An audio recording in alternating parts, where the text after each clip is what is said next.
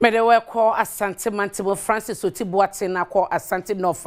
ono ye coordinator oboaboa edomano ema Dr. Bryan Acheampong wo hwese obedi NPP amanyoko nanim se Frankatoni na wo hwese djuma wo mo eye wa Asante Mantim no de wo hwe ne se abato ne enko na wie ye January 31st no na Dr. Bryan Acheampong nyom ohamuchichimu e de wo twinum sanse wo hunu ne se wo no ne betumi adi party nanim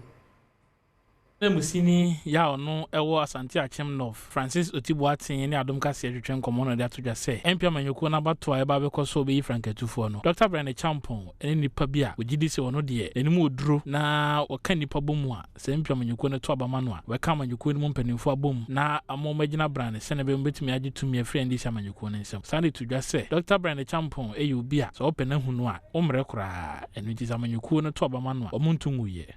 Oshe Jumedia Airposwa NPP the young engineer but me agitumi aman na akofa sebe obia ba enye obia kremetuma mi oshe ye was strategy ade we ni election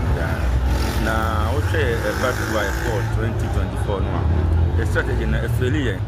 nti no ma ye se kebetuma wi ni na anye yi was a problem in the candidate na sebe benefo se ono ma hwegu a na hu se njene ma hwegu a ehye ni yie tesa be ehye no ma yie no se ebo be se obidu a yetuaso mpre no nti no se yakọ na no ma hwegu bia yen san kọ ne se be se ehye no foro na ekoyie man na yenim se Bryan Acheampong ono betimi akọgitimi na man mo hwe ntokwa ekoye party mo ehia obi o unify